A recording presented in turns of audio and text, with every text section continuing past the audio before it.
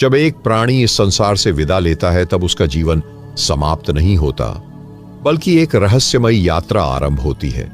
यह यात्रा ही है जो जन्म और मृत्यु के पार के सत्य को प्रकट करती है। गरुड़ पुराण इसी अनंत यात्रा का रहस्योद्घाटन करता है। यह मात्र एक ग्रंथ नहीं, बल्कि आत्मा की गति और परम सत्य की कुंजी है। गरुड़ पुराण में वर्णित है कि मृत्यु के पश्चात आत्मा तुरंत यमदूतों द्वारा पकड़ी जाती है, परंतु ये यमदूत वैसे नहीं होते जैसे हम कल्पना करते हैं। वे अदृश्य, तीव्रगामी और भावनाओं से परे होते हैं। जब आत्मा शरीर त्यागती है तब उसका आहा, उसके कर्म और उसकी इच्छाएं एक अंधेरे आवरण की भांति उसके साथ चलती हैं।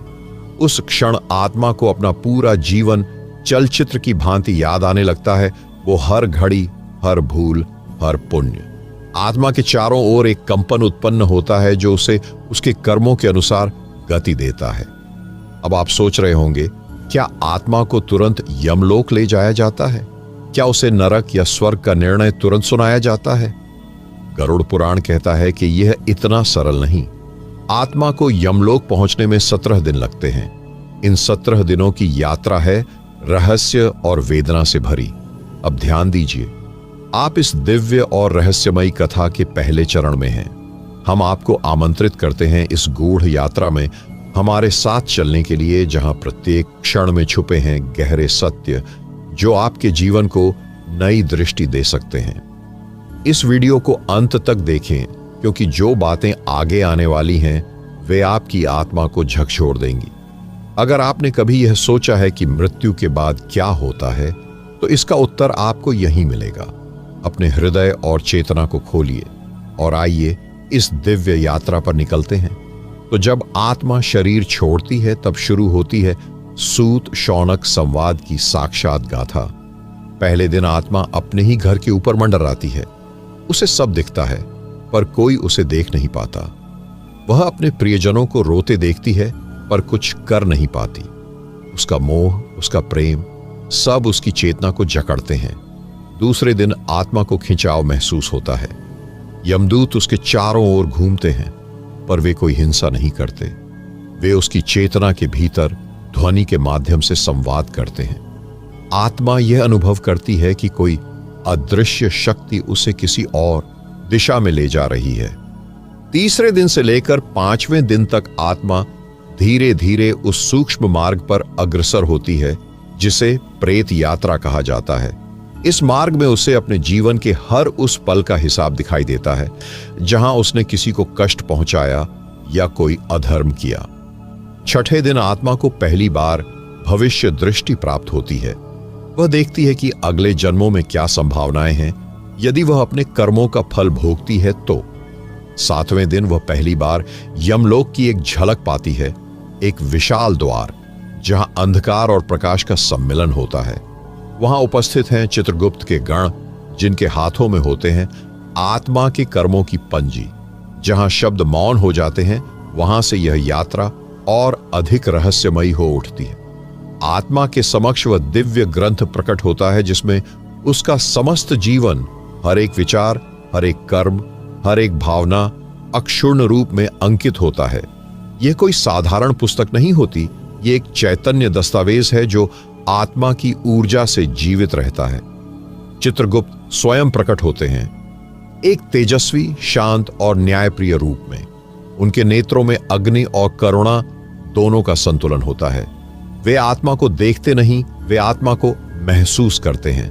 उनकी दृष्टि आत्मा के सूक्ष्मतम स्तर तक प्रवेश करती है, जहां झूठ, आडंबर और दिखावे का कोई स्थान नहीं। फिर आत्मा से कोई प्रश्न नहीं पूछा जाता, क्योंकि वहां प्रश्नों की नहीं, केवल उत्तरों की सत्ता होती है। हर कर्म का परिणाम वहां एक जीवित अनुभव की तरह पुनः जीवंत होता है। आत्मा को फिर से वही कष्ट महसूस होते हैं जो उसने दूसरों को दिए थे, वही पीड़ा, वही चोटें, पर इस बार उसके भोगकर्ता वह स्वयं होती है। वहीं जिस क्षण आत्मा ने किसी को प्रेम, सहायता या करुणा दी थी, वह भी पुनः आत्मा को उसी शक्ति के साथ अनुभव होता है। यह न कोई दंड है, न कोई पुरस्कार, यह केवल साक्षात्कार है अपने ही कर्मों के साथ। फिर चित्रगुप्त संकेत करते हैं और यमदूत आत्मा को उस राह की ओर ले जाते हैं जो उसे उसके कर्मों के अनुसार चयनित होती है। इस राह में न कोई मोड़ होता है, न कोई वापसी। यह वह मार्ग होता है जिसे केवल आत्मा ही तय कर सकती है, अकेले, मौन और अपने ही कर्मों के भार के साथ। यह मार्ग अत्यंत सूक्ष्म होता है। यह न स्वर्ग होता है, न नरक, बल्कि यह पूर्व निर्णय की भूमि होती है, जहां आत्मा को अपने भीतर उतरना पड़ता है।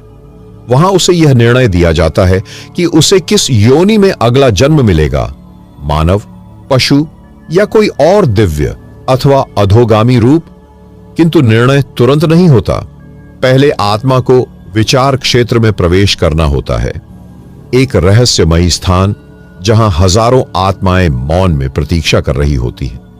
यहां आत्मा को पूर्ण रूप से निर्वस्त्र अर्थात कर्म विहीन होना होता है। उसका अहम, उसका ज्ञान, उसकी पहचान, सब कुछ यहीं त्यागना पड़ता है। यह वही क्षण होता है जब आत्मा यह अनुभव करती है कि मैं कौन हूं। यह प्रश्न अब अर्थहीन हो गया है। अब केवल एक तत्व बचा है, मैंने क्या किया है।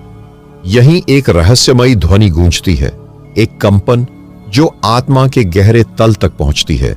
यह ध्वनि होती है यमराज की उपस्थिति की घोषणा, और इसी के साथ वह प्रकट होते हैं यम धर्मराज, मृत्यु के अधिपति, जिनकी दृष्टि में रत्ती भर भी विचलन संभव नहीं। उनका स्वर न भय उत्पन्न करता है, न ही सुख, बल्कि वह आत्मा को अपने वास्तविक स्वरूप से परिचित कराता है। वे आत्मा से कुछ नहीं पूछते, वे केवल आत्मा को उसके निर्णय के निकट ले जाते हैं। अब अगली कड़ी यहां से जुड़ती है।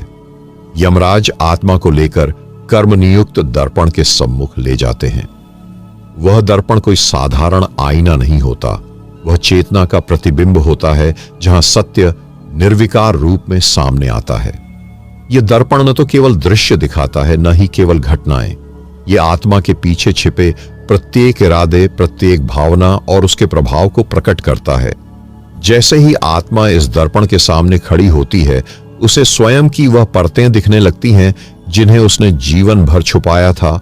वह असल मंशाएं जो किसी को झांत नहीं थी, वह द्वेष जो मुख पर कभी नहीं आए, और वो करुणा जो उसने बिना किसी स्वार्थ के दी थी। यहां कोई शब्द नहीं बोले जाते, केवल अनुभूतियां होती हैं। आत्मा के भीतर एक अद्भुत कंपन उठता है, क्योंकि वह पहली बार अपने वास्तविक स्वरूप को देखती है। इस क्षण आत्मा अपने ही कर्मों की प्रतिध्वनि को सुनती है, एक दिव्य संलाप के रूप में। कहीं किसी की रुलाई उसके एक अत्याचार से उत्पन्न हुई थी, तो कहीं किसी की प्रार्थना उसके एक छोटे से उपकार के कारण जन्मी थी। हर कार्य का ऊर्जा रूप सामने होता है, केवल दृश्य नहीं, ऊर्जा के कंपन, रंग और स्पंदन में। यहां आत्मा का मूल्यांकन नहीं किया जाता, बल्कि उसे स्वयं अपने कर्मों को देखने और समझने का अवसर दिया जाता है। यह वह क्षण होता है जब कई आत्माएं पछतावे की अग्नि में जलती हैं, तो कुछ आत्माएं संतोष और शांति के अंश का अनुभव करती हैं। यमराज मौन रहते हैं, उनका मौन ही सबसे कठोर निर्णय होता है। वह मौन आत्मा के भीतर सैकड़ों विचारों को जन्म देता है जो उसे अगले निर्णय की ओर ले जाते हैं। अब आत्मा को कर्म चक्र में स्थित किया जाता है, एक ऐसा दिव्य चक्र जहां समस्त जन्मों, उनके उद्देश्य और अधूरे कर्मों का समेकन होता है। आत्मा को बताया नहीं जाता, वह स्वयं देखती है कि वह कहां कहां अधूरी रह गई, किन संबंधों में उसने बंधन बनाए और किन सांसारिक इच्छाओं ने उसे बारंबार जन्म और मृत्यु के चक्र में बांध दिया। वहीं एक पल ऐसा आता है जब समय जैसे रुक जाता है।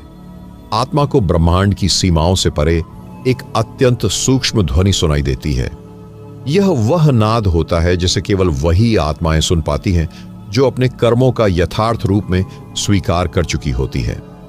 इस ध्वनि के साथ ही आत्मा को दो मार्गों का संकेत मिलता है, एक वह जो उसे पश्चाताप और पुनः जन्म के मार्ग पर ले जाएगा, और दूसरा जो उसे तप और आत्मशुद्ध की अग्नि से होकर गुजरते हुए अगले उच्च आयाम में प्रवेश की अनुमति देगा। किंतु ये दोनों मार्ग बिना तपस्या के नहीं खुलते। आत्मा को नरक मार्ग अथवा यात्रा पथ से गुजरना होता है। ये मार्ग उसकी चेतना को परिष्कृत करने हेतु बनाए गए हैं, ताकि आत्मा अगले जन्म में शुद्ध होकर प्रवेश करे। और वह अधूरी अनुभूतियां पूर्ण हो सके जिनका बोझ वह ढो रही होती है। यह मार्ग कोई स्थान नहीं होता, यह आत्मा के भीतर की यात्रा होती है। वहां अंधकार है, पीड़ा है, परंतु साथ ही प्रकाश की एक रेखा भी होती है। यह वही रेखा होती है जो आत्मा को भावी प्रकाश की दिशा दिखाती है। वहीं से शुरू होती है वास्तविक कर्म परिष्कार की प्रक्रिया। अब अगला रहस्य वहीं से खुलता है। जैसे ही आत्मा उस मार्ग पर कदम रखती है, उसे त्रिभुवन बंधन की अनुभूति होती है। यह त्रिभुवन बंधन कोई साधारण जाल नहीं, बल्कि 3 गहराइयों वाला अस्तित्व का बंधन है। भूत, भविष्य और वर्तमान की गांठें। आत्मा जैसे ही इस सूक्ष्म मार्ग पर आगे बढ़ती है, उसके चारों ओर 3 परतें खुलने लगती हैं और हर परत उसके अस्तित्व से जुड़े ऐसे प्रश्न सामने लाती है जिनका उत्तर जीवन में वह कभी सोच भी नहीं पाई थी। पहली परत है भूत बंधन, जिसमें आत्मा को उसके पूर्व जन्मों की प्रतिछाया दिखाई जाती है। वह देखती है कि कैसे किसी पूर्व जन्म की एक छोटी सी भूल ने एक पूरे युग में उसके लिए कष्टों का जाल बुन दिया। आत्मा यह भी देखती है कि उसके किस जन्म में वह किस रूप में रही, कभी राजा, कभी सेवक, कभी ब्राह्मण, कभी राक्षस। उस जीवन की प्रत्येक स्मृति जैसे फिर से जीवंत हो जाती है, परंतु इस बार वह दर्शक होती है, भोग करता नहीं। दूसरी परत है वर्तमान बंधन।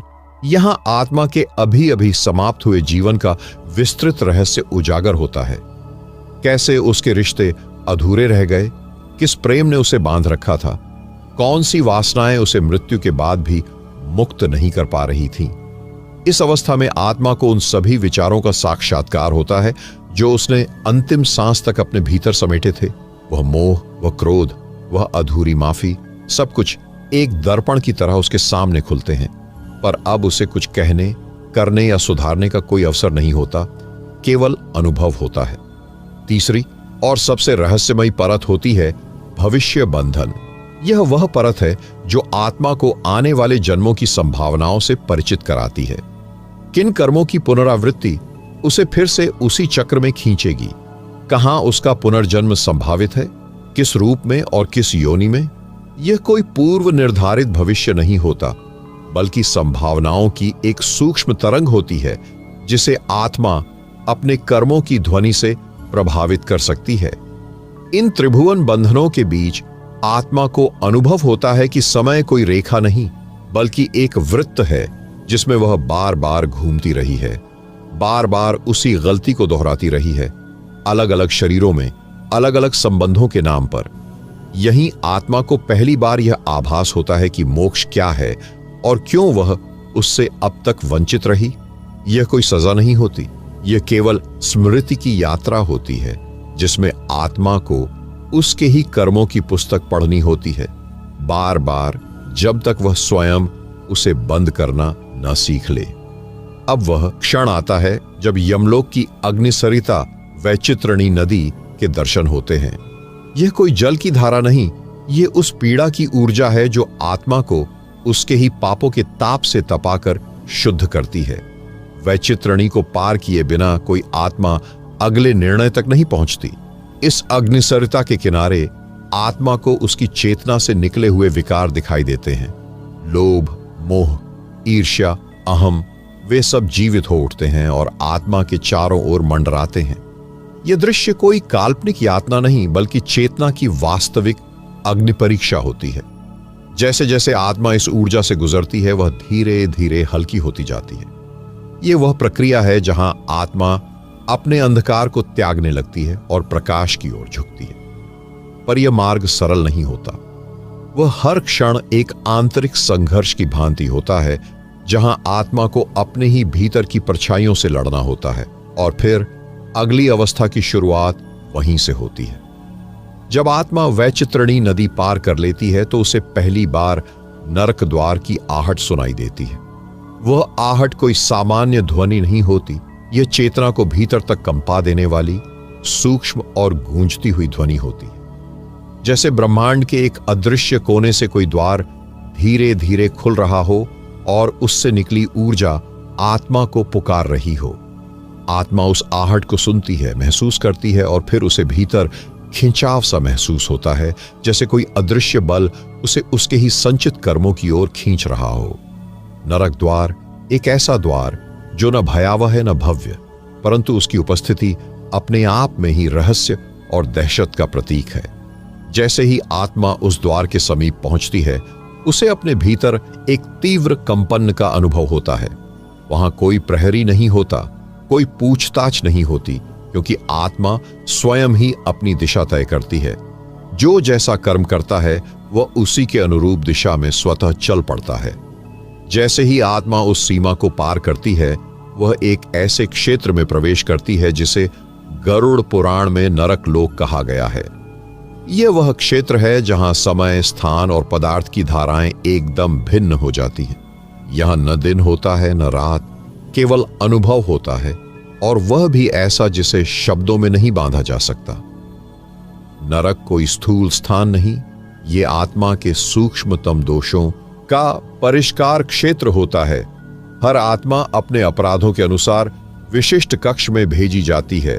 इन्हें नरक कुंड या नरक विभाग कहा जाता है, और प्रत्येक स्थान का नाम, उद्देश्य और दंड पूरी तरह से आत्मा के कर्मों से जुड़ा होता है।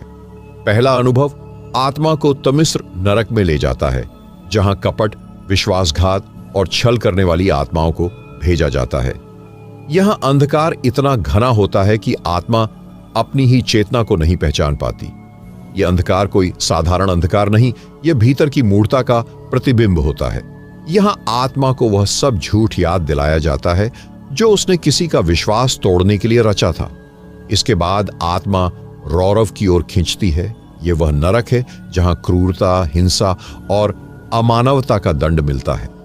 आत्मा उन सारे कष्टों को महसूस करती है जो उसने दूसरों को दिए थे, और यह अनुभव केवल शरीर के स्तर पर नहीं, आत्मा के सूक्ष्म शरीर तक को झकझोर देता है। यहां कोई यातना बाहरी रूप से नहीं दी जाती, बल्कि आत्मा की चेतना में ही वह पीड़ा बसी होती है जो समय के पार तक चलती है। फिर है काकोलू, जहां वे आत्माएं जाती हैं जिन्होंने माता पिता, गुरु या शरणागत प्राणियों का अनादर किया हो। यहां आत्मा को पश्चाताप की अग्नि में स्वयं को जलते हुए देखना होता है। यह अग्नि कोई बाहरी लपट नहीं, यह उस असंवेदनशीलता की ज्वाला होती है जो आत्मा ने अपने संबंधों को नष्ट करते समय भीतर पाल रखी थी। हर नरक का अपना एक कंपन होता है, और आत्मा उस कंपन से जुड़कर वहां तक पहुंचती है। यह सब इतना सजीव, इतना सूक्ष्म और इतना रहस्यपूर्ण होता है कि आत्मा यह भूल ही जाती है कि कभी उसने मृत्यु को पार किया था। इन सभी नरकों में एक बात सामान्य होती है, वहां आत्मा को कोई दूसरा नहीं दंडित करता। आत्मा स्वयं अपने ही कर्मों के रूप में वह पीड़ा भोगती है। यह वह अलौकिक न्याय है जहां कोई साक्षी, कोई वकील और कोई अपील नहीं होती। केवल कर्म और उसका प्रतिफल होता है, किंतु यह अवस्था स्थायी नहीं होती। नरक केवल एक अस्थायी परिष्करण स्थान है जहां आत्मा को उसकी चेतना के दोषों से मुक्त करने की प्रक्रिया पूर्ण की जाती है। कुछ आत्माएं इन कष्टों के बीच भी ज्ञान की ओर बढ़ती हैं, और कुछ और अधिक अंधकार में गिरती हैं। और फिर जैसे ही यह पीड़ा अपनी चरम सीमा तक पहुंचती है, एक नई आभा प्रकट होती है। यमभुवन के 4 द्वारों में से पहला खुलता है। यह वह द्वार होता है जहां आत्मा को पुनर्निर्माण का अवसर मिलता है, और वहीं से आरंभ होती है अगली परत। पहले यमद्वार से निकलकर आत्मा विशुद्ध क्षेत्र की ओर अग्रसर होती है। यह मार्ग वह नहीं जो आंखों से देखा जाए, यह एक अनुभूति है, एक सूक्ष्म यात्रा जहां आत्मा हर उस भार को पीछे छोड़ती है जिसे उसने जन्मों जन्मों तक अपने साथ ढोया। यह कोई विश्राम का स्थान नहीं, यह वह गूढ़ क्षेत्र है जहां आत्मा की चेतना पुनः निर्मित की जाती है, और उसी के साथ उसे उसके अगले मार्ग की स्पष्टता दी जाती है। विशुद्ध क्षेत्र कोई भौतिक लोक नहीं, यह आत्मा की चेतना में स्थित वह गहराई है जहां सृष्टि के सत्य का पहला स्पर्श होता है। यहां आकर आत्मा को पहली बार यह अनुभूति होती है कि नरक कोई दंड नहीं था, वह आत्मा की अनिवार्य परिपक्वता थी। अब वह परिपक्व चेतना विशुद्ध के कंपन में प्रवेश करती है। यहां आत्मा को वह दिव्य क्षण प्राप्त होता है जिसे अनुतप्त क्षमा कहा गया है। आत्मा यहां अपने अपराधों के लिए दूसरों से नहीं, स्वयं से क्षमा मांगती है। और जब वह क्षमा भीतर से निकलती है तो चेतना का एक नवीन प्रकाश फूटता है जो उसके भविष्य की दिशा तय करता है। यह क्षेत्र पूर्णता मौन है, पर वह मौन भी बोलता है। वह मौन आत्मा को उसकी सूक्ष्मतम संभावनाओं का दर्शन कराता है। उसे दिखाता है कि वह किन किन रूपों में पुनर्जन्म ले सकती है, किन संबंधों में फिर से बंधेगी और किन अधूरी कहानियों को पूर्ण करने के लिए उसे संसार में पुनः जाना होगा। गरुड़ पुराण में उल्लेख है कि यहीं पर आत्मा का सामना चतुर्विध बंधन से होता है: देह, रस, शब्द और स्मृति। आत्मा को यह समझ में आता है कि उसकी अगली यात्रा केवल भौतिक नहीं बल्कि आध्यात्मिक राणों की पूर्ति के लिए है। उसने जो भावनाएं अधूरी छोड़ी, जो रिश्ते बिना माफी के रह गए, जो सत्कर्म अधूरे पड़े, वे सब उसकी चेतना में पुनः जागृत हो जाते हैं। और ठीक उसी क्षण आत्मा को एक सूक्ष्म दृष्टि प्रदान की जाती है जिससे वह धरती पर लौटने वाले अनेक मार्गों को देख सकती है। वहां जीवन की असंख्य संभावनाएं उसके समक्ष फड़फड़ाती हैं। किसी मार्ग में वह निर्धन ब्राह्मण बनती है, किसी में यशस्वी राजकुमारी, किसी में विकलांग बालक और किसी में जंगलों में भटकती आत्मा। यह आत्मा की अपनी ही चेतना पर निर्भर करता है कि वह किस मार्ग को चुनती है। लेकिन निर्णय लेने से पहले आत्मा को भेजा जाता है एक अंतिम परीक्षण में, जिसे गरुड़ पुराण में चित्तराशि परीक्षा कहा गया है। यह वह रहस्यमयी प्रक्रिया है जहां आत्मा की समस्त इच्छाओं, मोहों और जन्मों की स्मृतियों को एकत्रित कर उसे उसकी सबसे गहन प्रवृत्तियों से परिचित कराया जाता है। यहां आत्मा का सामना होता है स्वछाया से, वह छाया जो जन्मों से उसके साथ रही है पर जिसे उसने कभी जाना नहीं। इस छाया में आत्मा अपने वास्तविक उद्देश्य की झलक देखती है। उसे एहसास होता है कि वह केवल जन्म लेने या मृत्यु को पाने के लिए नहीं बनी। वह उस परम सत्य के अंश रूप में अस्तित्व में है जो स्वयं अजर और अमर है। जैसे ही आत्मा इस अनुभूति में डूबती है, विशुद्ध क्षेत्र उसकी चेतना को प्रकाश से भर देता है।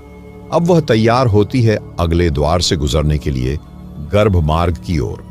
और वहीं से प्रारंभ होती है अगली अनुभूति। आत्मा जब विशुद्ध से गुजरकर गर्भपथ की दहली पर पहुंचती है, तब प्रारंभ होती है पुनर्जन्म की अदृश्य तैयारी।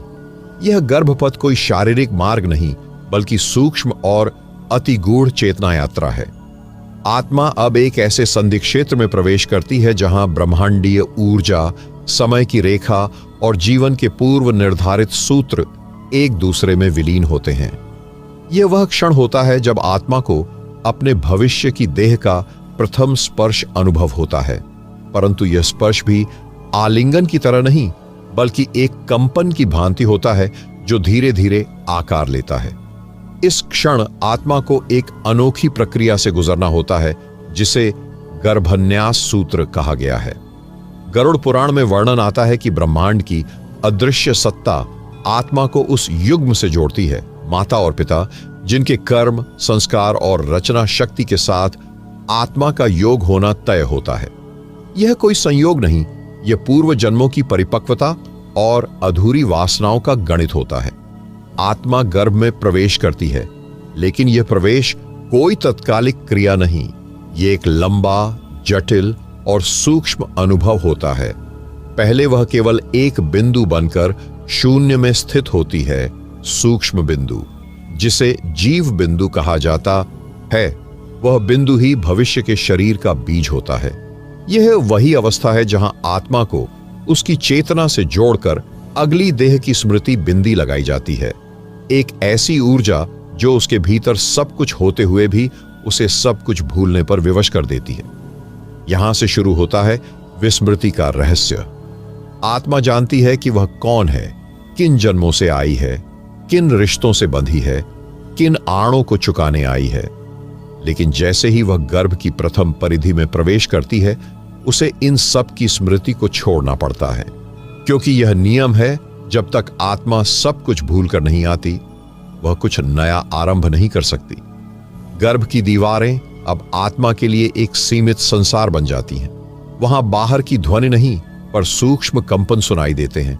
मां की भावनाएं, पिता के विचार, घर का वातावरण, यह सब आत्मा के चारों ओर एक अदृश्य आभा का निर्माण करता है। आत्मा इन सभी सूक्ष्म तरंगों से प्रभावित होती है और यहीं से प्रारंभ होता है उसका संस्कार निर्माण, जो जन्म लेने से पूर्व ही आरंभ हो जाता है। गरुड़ पुराण कहता है कि आत्मा गर्भ में 9 मास की यात्रा केवल शरीर निर्माण के लिए नहीं करती, वह भीतर ही भीतर अपने भाग्य के धागों को बुन रही होती है। हर मास में आत्मा के भीतर एक विशिष्ट चेतना खुलती है। पहले मास में स्पर्श का बोध, दूसरे में रस, तीसरे में ध्वनि, चौथे में दृष्टि। और जैसे जैसे शरीर बनता है वैसे वैसे आत्मा के भीतर भी भावनाओं की जड़ें फैलने लगती हैं। परंतु यह यात्रा शांत नहीं होती। वहां एक द्वंद्व चलता रहता है, पुराने जन्मों की स्मृति और नए जीवन की अपरिचित तैयारी के बीच। आत्मा कई बार भीतर से भयभीत होती है। उसे लगता है वह फिर उसी बंधन में जा रही है जहां से निकलने के लिए उसने युगों युगों तक प्रार्थना की थी। और फिर आता है वह क्षण, सप्तम मास, जब आत्मा को पूर्व जन्म दर्शन की अंतिम झलक दी जाती है। यह आखिरी बार होता है जब आत्मा को उसकी पितृस्मृति, उसके पूर्व के कर्म, अधूरे प्रेम और अधूरी साधनाओं की झलक दिखाई जाती है। जैसे ही वह झलक समाप्त होती है, आत्मा एक गहन निद्रा में चली जाती है, जिसे जीव विस्मृति निद्रा कहते हैं। इस अवस्था में आत्मा को कुछ भी स्मरण नहीं रहता। वह अब पूर्णतः उस देह का अंग बन चुकी होती है जो गर्भ में आकार ले रही है। अब वह बाहर से नहीं देखती, अब वह भीतर रहकर अनुभव करती है। और फिर जैसे जैसे गर्भस्थ शरीर जन्म के द्वार की ओर बढ़ता है, आत्मा को पुनः एक रहस्य स्पर्श होता है। जन्म के अंतिम क्षणों में आत्मा जब गर्भ से बाहर निकलती है, तब उसके मुख से पहला स्वर कोई रोदन नहीं होता। वह एक चेतन ध्वनि होती है। वह ध्वनि कोई सामान्य विलाप नहीं होती, वह आत्मा की अंतिम स्मृति का कंपन होती है। वह रोदन ब्रह्मांडीय कंपन के साथ एक बार फिर जुड़ने की पुकार होती है, जैसे आत्मा स्वयं को असंख्य जन्मों की गहराई से खींचकर फिर इस स्थूल संसार में उपस्थित कर रही हो। यह ध्वनि एक संकेत है कि आत्मा अब अपने नवीन जीवन में प्रवेश कर चुकी है, पर भीतर अभी भी वह कंपन जीवित है जो मृत्यु के पार से आई है। इस पहले रोदन में आत्मा की पीड़ा नहीं, बल्कि एक घातक विस्मृति का आघात छुपा होता है। आत्मा अब भूल चुकी होती है कि वह कौन थी, क्यों आई है, किस ऋण को चुकाने आई है और कौन सा कर्तव्य उसे पूर्ण करना है। यह विस्मृति का आघात ही उसे सांसारिक यात्रा में प्रवेश करने योग्य बनाता है। अब आत्मा पूर्णतः शरीर के साथ जुड़ जाती है, एक नवजात के रूप में। परंतु आत्मा की गहराइयों में वह सूक्ष्म कंपन अभी भी थरथरा रहा होता है। वह कंपन जिसे हम कभी कभी कहते हैं, कुछ तो है जिसे मैं जानता हूं पर याद नहीं आ रहा। यह वही कंपन है जिसे योगी अपने ध्यान में पकड़ते हैं और जिसे सामान्य मनुष्य सपनों, प्रतीकों और अचानक उठने वाली अनजानी भावनाओं में महसूस करता है। जैसे जैसे बालक बड़ा होता है, आत्मा धीरे धीरे सांसारिक संस्कारों की परतों से ढक जाती है। उसकी चेतना पर परिवार, समाज, शिक्षा, भाषा, धर्म और अनुभवों के इतने आवरण चढ़ते हैं कि आत्मा अपनी ही ध्वनि को भूल जाती है। परंतु गरुड़ पुराण कहता है, ध्वनि जाती नहीं, वह छुप जाती है। उस ध्वनि को पुनः सुनने के लिए आत्मा को भीतर लौटना होता है, किंतु उससे पहले वह एक लंबी रहस्यमयी यात्रा में प्रवेश करती है। यह यात्रा है जीवन के 3 बंधनों की। पहला बंधन है आसक्ति का, वस्तुओं, संबंधों और देह के साथ एक रूपता की भावना। दूसरा बंधन है भय का, मृत्यु, असफलता और अकेलेपन से उपजे भ्रम। तीसरा बंधन है अहं का। यह वह सबसे सूक्ष्म बंधन है जो आत्मा को उसके वास्तविक स्वरूप से दूर करता है। इन 3 बंधनों के बीच आत्मा अपना सारा जीवन जीती है। वह सोचती है कि वह स्वतंत्र है, पर भीतर भीतर वह उन अदृश्य डोरियों से बंधी होती है जो उसे उसकी ही चेतना से दूर ले जाती हैं। पर क्या यह बंधन अनंत है? नहीं। गरुड़ पुराण संकेत करता है कि जब आत्मा इन बंधनों के बीच रहते हुए भी एकाएक कोई गहन अनुभव करती है, जैसे किसी प्रिय की मृत्यु, कोई गहरा त्याग या आत्मचिंतन का क्षण, तब भीतर की वह ध्वनि पुनः हल्की सी गूंजती है। यह जीव ध्वनि ही आत्मा का मार्गदर्शन करती है कि वह जीवन को केवल एक सांसारिक चक्र न माने, बल्कि उसे पुनः अपने मूल की ओर ले जाए। और यही वह क्षण होता है जब आत्मा दो मार्गों के बीच खड़ी होती है। पहला मार्ग संसार में और अधिक उलझने का, दूसरा मार्ग चेतना के रहस्य को पुनः खोजने का। और तभी आत्मा का सामना होता है आध्यात्मिक द्वार से, एक ऐसा सूक्ष्म द्वार जो केवल उन्हीं के लिए खुलता है जिनमें स्मरण शेष होता है। यह द्वार दिखता नहीं, केवल अनुभव होता है, किसी एक प्रश्न, किसी एक संकेत या किसी एक गुरुत्वाकर्षण के रूप में। और वहीं से आरंभ होती है आत्मा की उस यात्रा की अगली परत। जब आत्मा आध्यात्मिक द्वार की ओर मुड़ती है, तब प्रारंभ होता है स्मृति जागरण का रहस्य। यह जागरण कोई सामान्य याद नहीं होती, न ही यह किसी बीते दृश्य का चलचित्र होता है। यह वह सूक्ष्म तरंग है जो आत्मा के भीतर किसी शांत जल की तरह बह रही होती है और अचानक किसी अदृश्य कंपन से उसमें लहरें उठने लगती हैं। ये लहरें धीरे धीरे आत्मा को उसकी ही गहराई में उतरने के लिए पुकारती हैं। गरुड़ पुराण कहता है कि यह स्मृति जागरण तभी संभव होता है जब आत्मा 3 मौन प्रश्नों का सामना करती है। मैं कौन हूं, मैं क्यों हूं और मैं कहां जाऊंगा। ये प्रश्न स्वयं में उत्तर नहीं, लेकिन आत्मा को उत्तरों की दिशा में ले जाने वाले द्वार बनते हैं। यहीं से प्रारंभ होता है आत्म प्रकाश, एक आंतरिक चिंगारी जो न तो दिखती है और न ही बुझती है। यह वह बिंदु है जहां आत्मा पहली बार अपने भीतर की गूंज सुनती है। वह गूंज जो जन्मों से सोई थी, अब धीरे धीरे उसके कर्मों की परतों को खोलने लगती है। स्मृति जागरण में आत्मा को कभी कभी अजीब अनुभूतियां होने लगती हैं।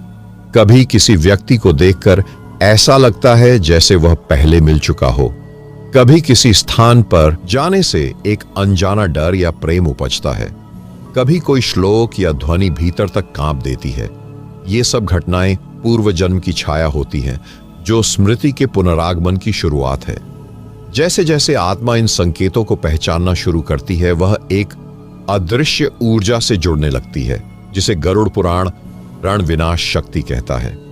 यह वह ऊर्जा है जो आत्मा को उसके अधूरे कर्मों, अपूर्ण वचनों और बंधे हुए संबंधों की ओर खींचती है ताकि वह उन्हें पूर्ण कर सके।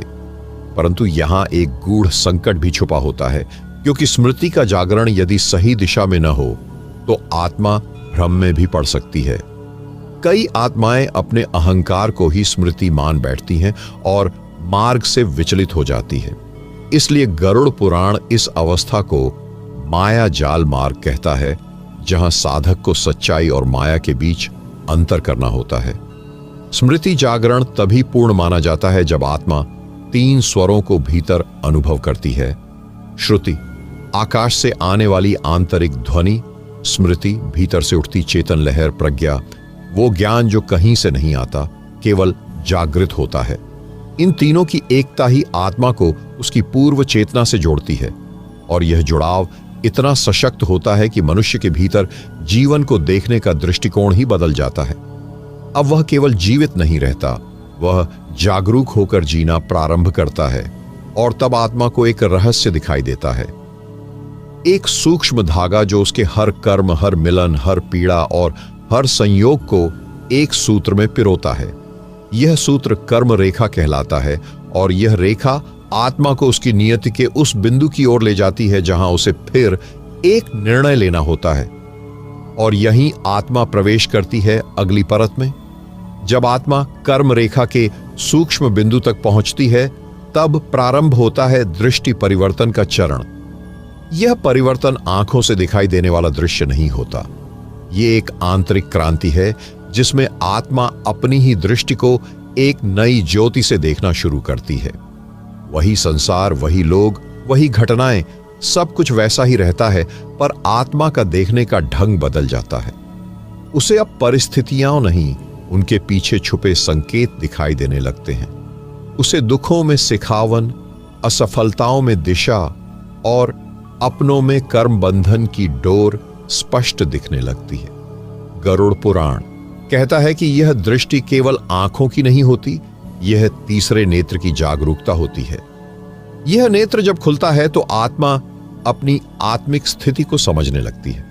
वह जानने लगती है कि किसके साथ उसका बंधन केवल इस जन्म का नहीं और किससे उसका संबंध केवल बाहरी है। यह दृष्टि आत्मा को उन क्षणों में उदासीनता नहीं बल्कि गहराई देती है। अब आत्मा किसी घटना को केवल घटना नहीं मानती, वह उसे अनुभव सूत्र के रूप में देखती है।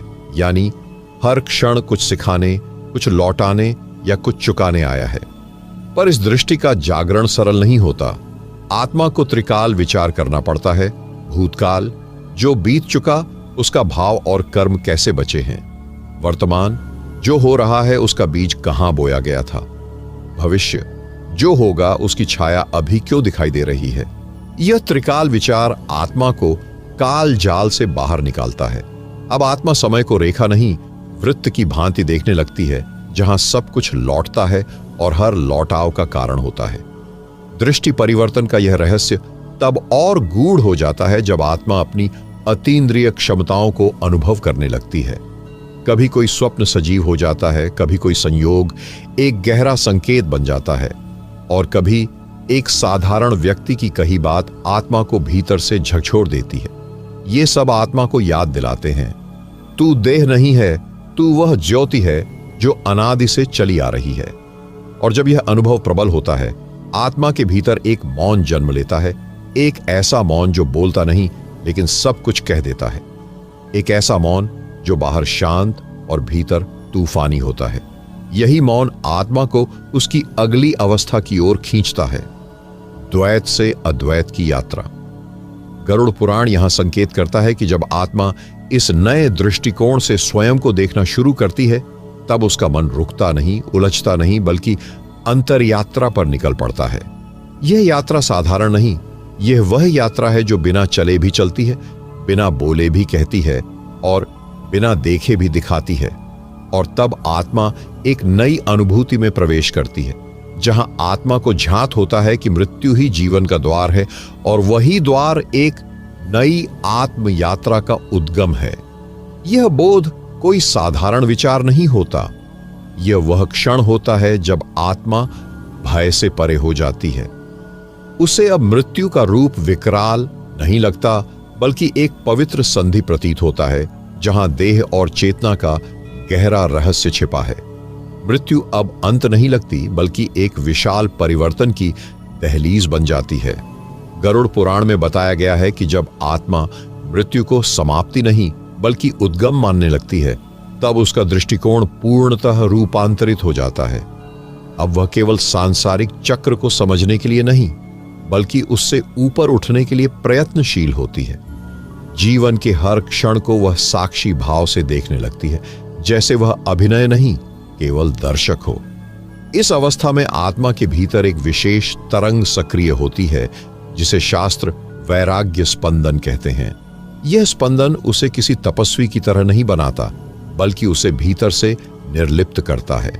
अब संसार की दौड़, लोगों के विचार, इच्छाओं की होड़, यह सब उसे छूते तो हैं पर बांध नहीं पाते। मृत्यु का द्वार उसे स्मरण कराता है कि जीवन की सबसे बड़ी सिद्धि मृत्यु की तैयारी है, और यह तैयारी कोई वैराग्य धारण करके नहीं होती, बल्कि हर पल को सचेतन जीकर होती है। गरुड़ पुराण यही तो कहता है, जो मरने से पहले मर गया वही मृत्यु के पार गया। अब आत्मा की यात्रा प्रश्नों से आगे बढ़कर शांति में प्रवेश करती है।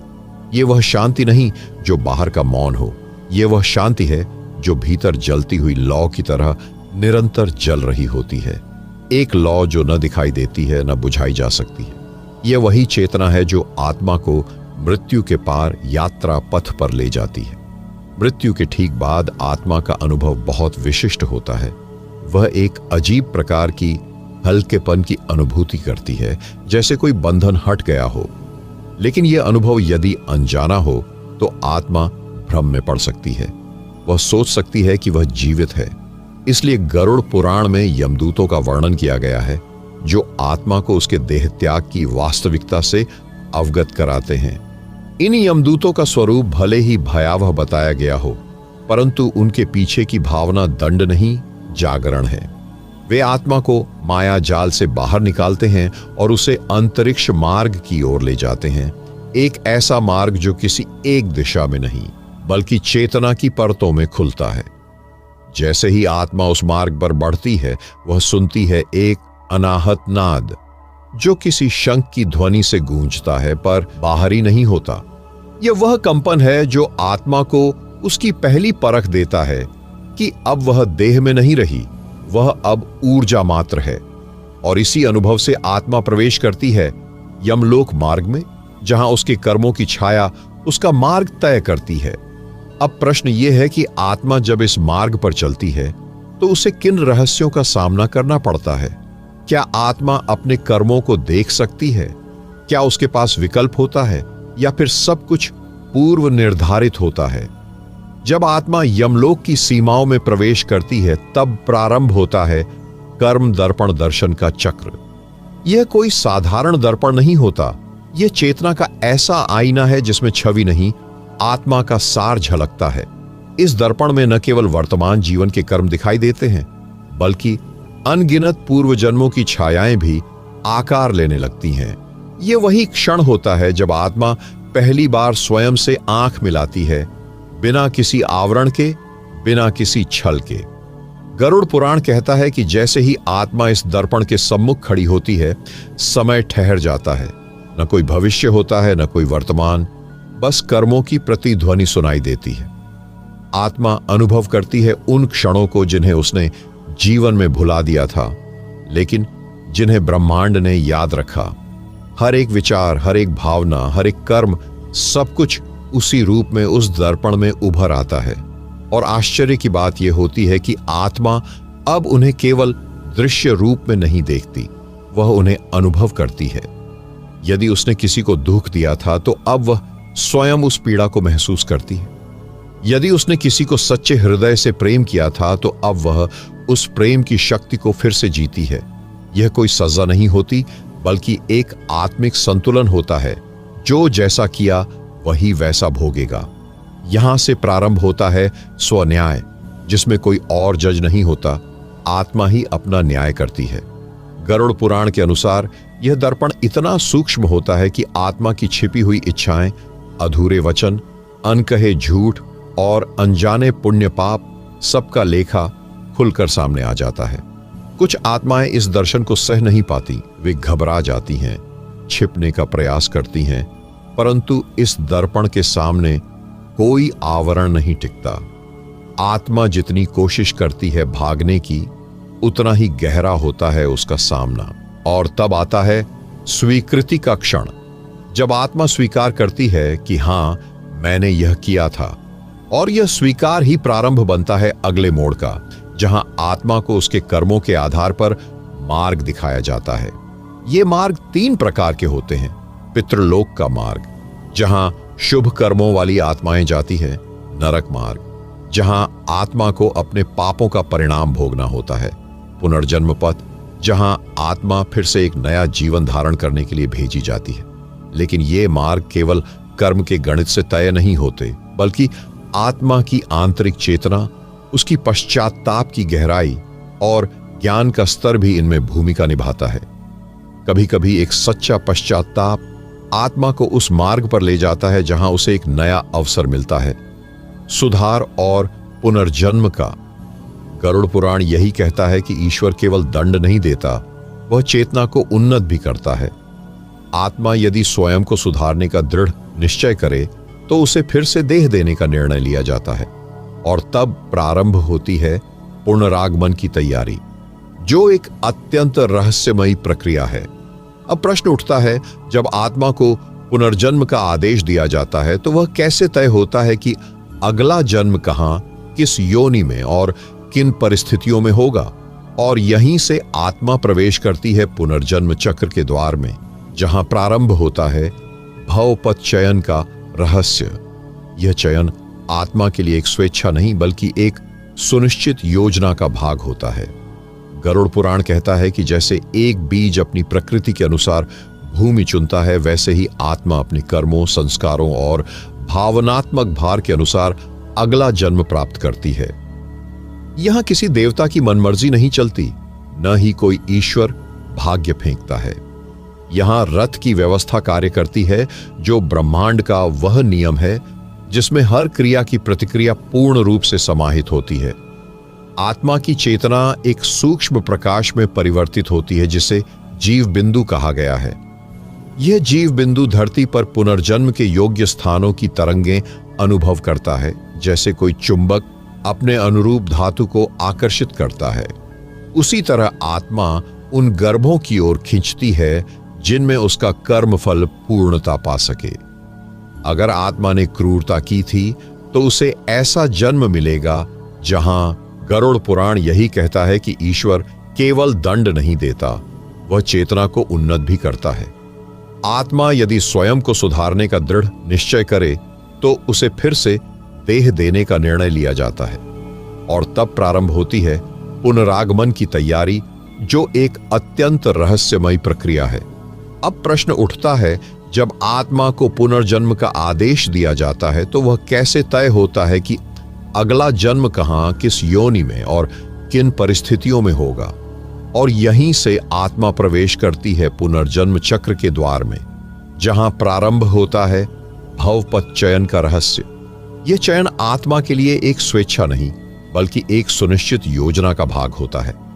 गरुड़ पुराण कहता है कि जैसे एक बीज अपनी प्रकृति के अनुसार भूमि चुनता है, वैसे ही आत्मा अपने कर्मों, संस्कारों और भावनात्मक भार के अनुसार अगला जन्म प्राप्त करती है। यहां किसी देवता की मनमर्जी नहीं चलती, न ही कोई ईश्वर भाग्य फेंकता है। यहां रथ की व्यवस्था कार्य करती है जो ब्रह्मांड का वह नियम है जिसमें हर क्रिया की प्रतिक्रिया पूर्ण रूप से समाहित होती है। आत्मा की चेतना एक सूक्ष्म प्रकाश में परिवर्तित होती है जिसे जीव बिंदु कहा गया है। यह जीव बिंदु धरती पर पुनर्जन्म के योग्य स्थानों की तरंगें अनुभव करता है, जैसे कोई चुंबक अपने अनुरूप धातु को आकर्षित करता है। उसी तरह आत्मा उन गर्भों की ओर खींचती है जिनमें उसका कर्मफल पूर्णता पा सके। अगर आत्मा ने क्रूरता की थी तो उसे ऐसा जन्म मिलेगा जहां उसे दया का अर्थ सीखना हो। अगर आत्मा ने लोभ किया था तो उसे अभाव में रहकर संतोष का पाठ पढ़ना होगा। अगर आत्मा ने सेवा की थी तो उसे उच्च कुल, सन्मार्ग और आध्यात्मिकता की ओर प्रेरित जन्म मिलेगा। लेकिन यह चयन मात्र सतही नहीं होता। पुनर्जन्म का पूरा ढांचा अत्यंत सूक्ष्म ऊर्जा केंद्रों के आधार पर निर्मित होता है। आत्मा की चेतना जब धरती के कंपन से जुड़ती है तो वह उस स्थान, समय और कुल का चुनाव करती है जहां उसकी चेतना को आवश्यक सीख मिले। यह है भवपथ चयन का सूक्ष्म विज्ञान।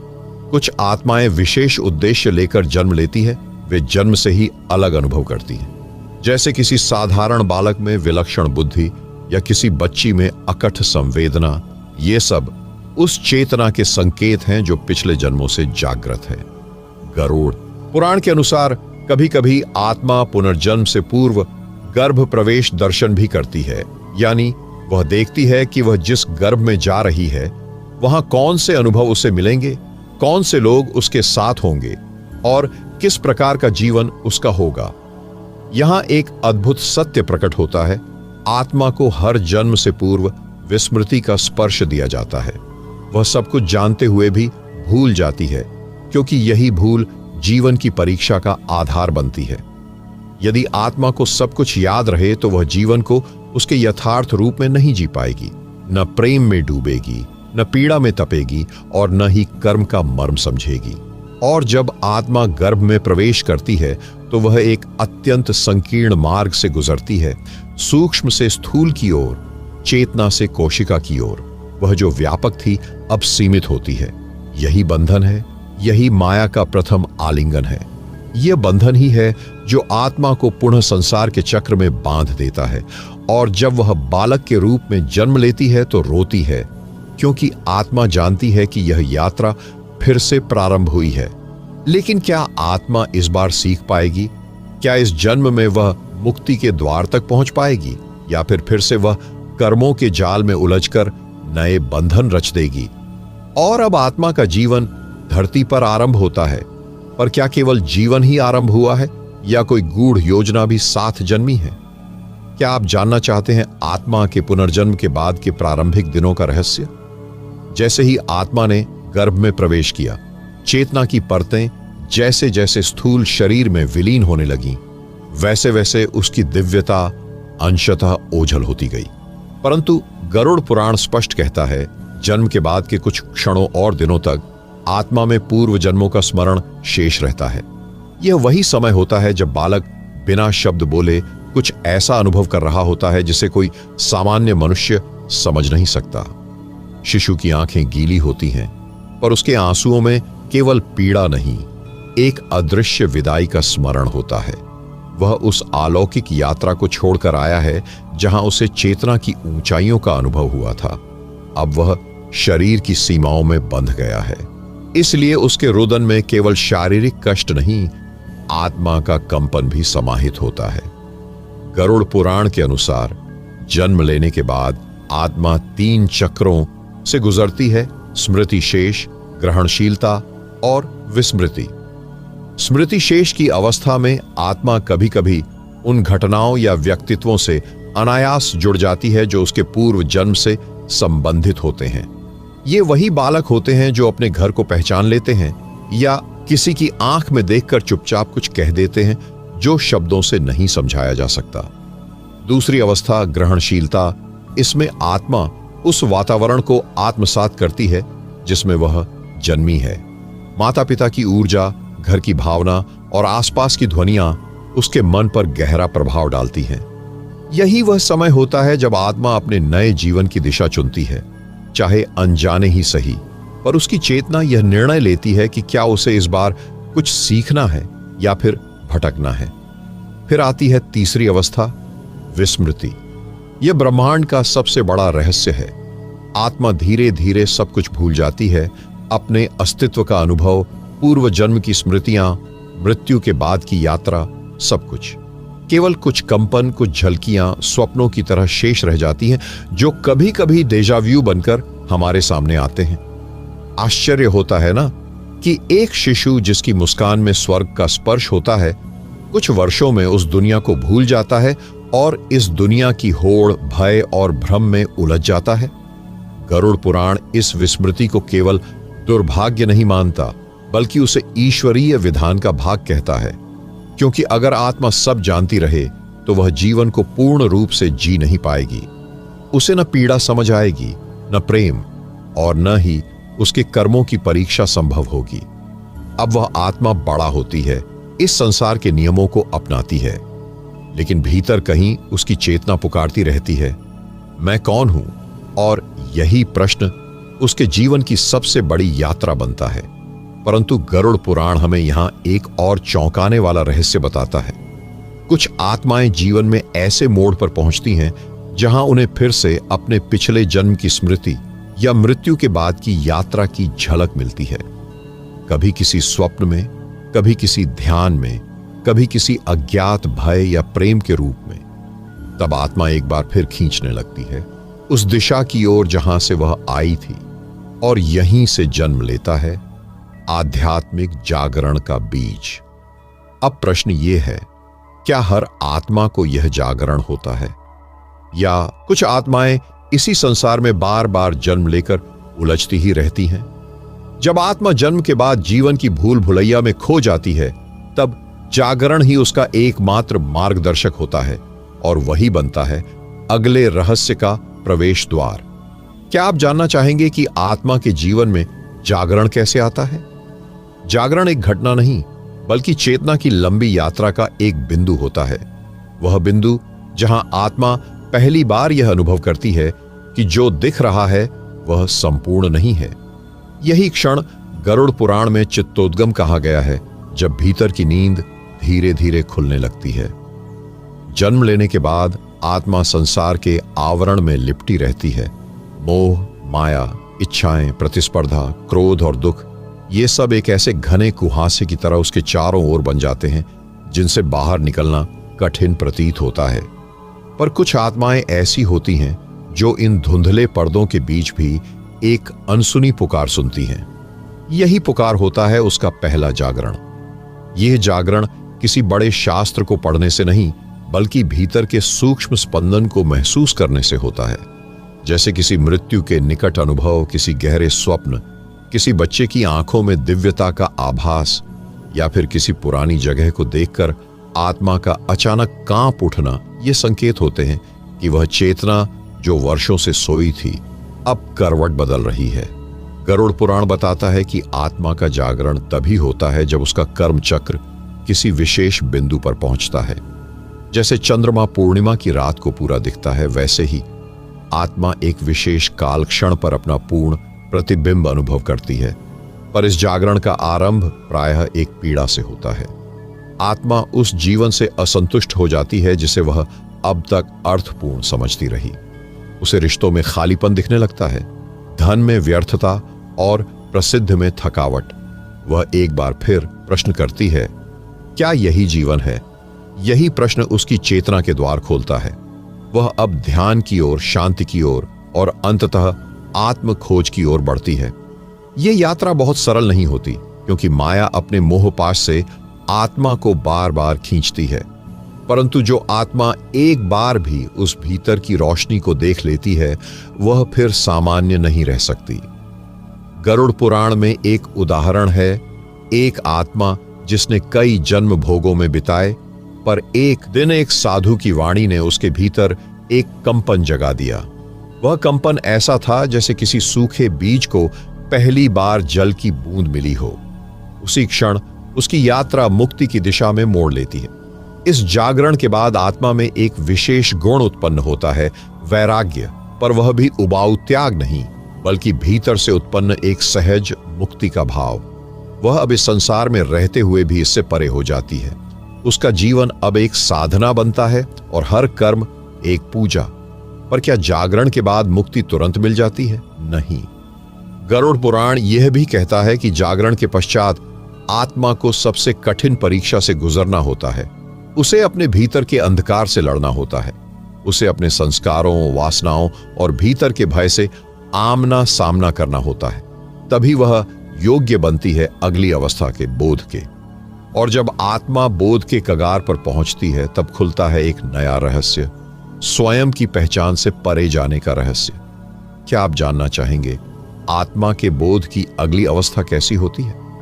बोध यह केवल ज्ञान नहीं है, यह वह दिव्य क्षण होता है जब आत्मा स्वयं को अपनी संपूर्णता में अनुभव करती है। गरुड़ पुराण इसे स्वरूपावबोधनम कहता है, आत्मा का अपने मूल स्वरूप में स्थित होना।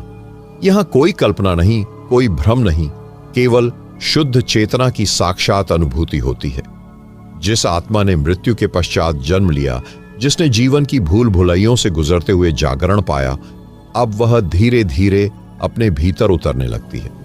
यह उतरना बाहर की किसी दिशा की ओर नहीं, बल्कि उस रहस्यमयी अंतःप्रदेश की ओर होता है जहां न समय है, न स्थान, केवल अस्तित्व की निर्बाध धारा।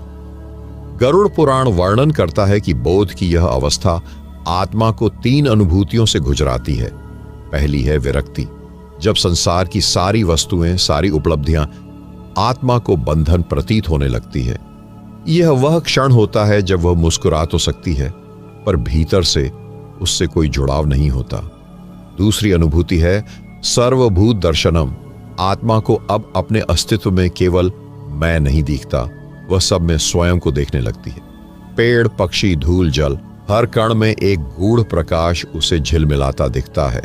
यह कोई दर्शन शास्त्र नहीं, यह आत्मा अनुभूति है। तीसरी अनुभूति है शून्यता में पूर्णता की। यह वह अवस्था है जब आत्मा जानती है कि वह कुछ नहीं है और इसी में सब कुछ है। वह अब अपनी पहचान, अपने विचार, अपने सीमित अस्तित्व से परे हो जाती है। यह एक अनोखा विसर्जन है, जैसे बूंद समुद्र में मिल जाए और फिर जाने कि वह सदा से समुद्र ही थी। परंतु यह बोध अपने आप नहीं आता, यह हर आत्मा को नहीं मिलता। गरुड़ पुराण कहता है कि बोध उन्हीं को होता है जो अपने पूर्व जन्मों में तप, भक्ति और आत्मचिंतन के मार्ग पर बार बार चले हों, जिनकी आत्मा में वह कंपन बारंबार हुआ हो, जिसने जन्मों की पीड़ा को साधना बना दिया हो। अब आप सोच रहे होंगे, यदि आत्मा को बोध हो गया तो क्या वह शरीर में रहते हुए भी मुक्ति पा सकती है? हां, यही वह रहस्य है जो गरुड़ पुराण के गूढ़ श्लोकों में छिपा है। आत्मा यदि पूर्ण बोध में स्थित हो जाए तो शरीर उसका बंधन नहीं, माध्यम बन जाता है। वह अब कर्म के लिए नहीं, केवल करुणा के लिए जीती है।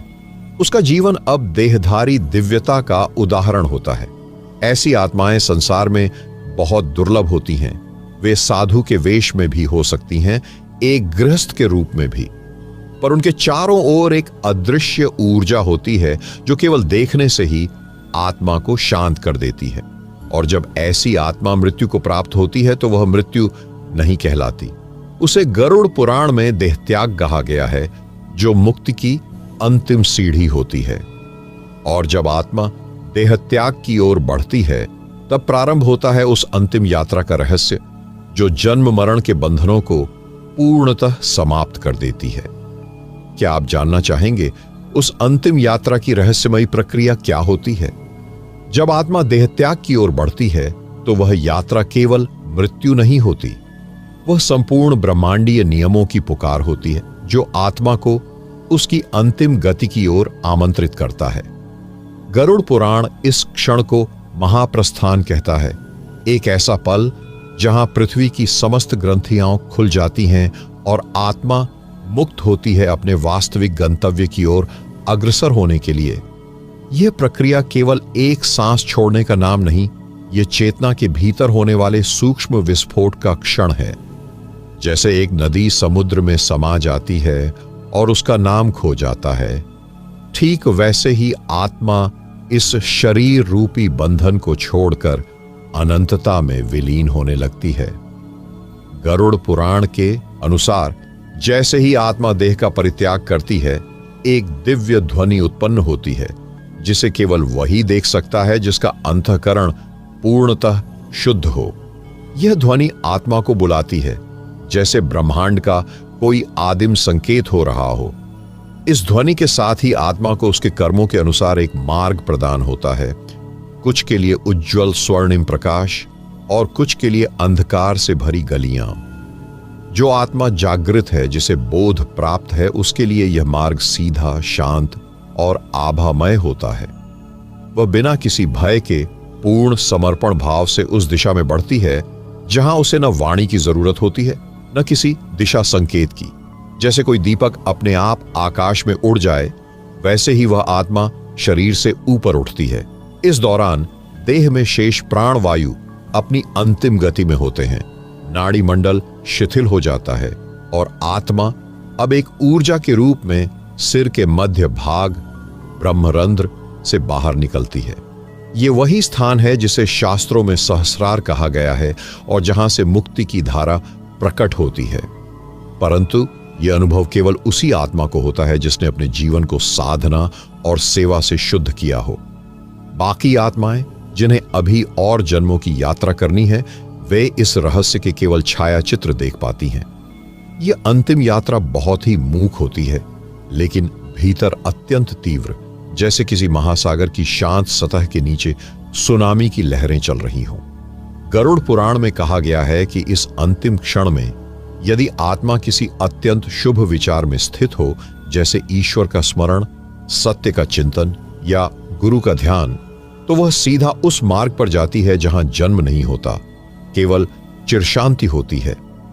लेकिन यदि उस क्षण आत्मा भ्रम, मोह, भय या वासना से बंधी हो, तो वह तुरंत पुनर्जन्म की दिशा में लौटती है। यह बिल्कुल उसी तरह है जैसे कोई पंछी उड़ान भरने से पहले ही अपने पंख समेट ले। और जब आत्मा अंतिम सीमा पर पहुंच जाती है, वहां से प्रारंभ होता है परलोक प्रवेश, जहां आत्मा को उसके कर्मों का पूर्ण फल मिलने लगता है। क्या आप जानना चाहेंगे उस परलोक की पहली झलक कैसी होती है? जब आत्मा अंतिम सीमा पार कर परलोक में प्रवेश करती है, तो उसके चारों ओर का दृश्य एकदम भिन्न हो जाता है। वह न पृथ्वी का है, न आकाश का। यह वह रहस्यमय मध्यलोक होता है जिसे गरुड़ पुराण प्रेतलोक कहता है। यहां न दिन है, न रात, न समय का कोई मापदंड। यहां केवल भाव ऊर्जा की सत्ता होती है, जहां आत्मा अपने ही कर्मों की गूंज को जीवंत अनुभव करती है। जैसे ही आत्मा इस रहस्यमयी लोक में कदम रखती है, उसे सबसे पहले चित्रगुप्त की दृष्टि का सामना करना होता है।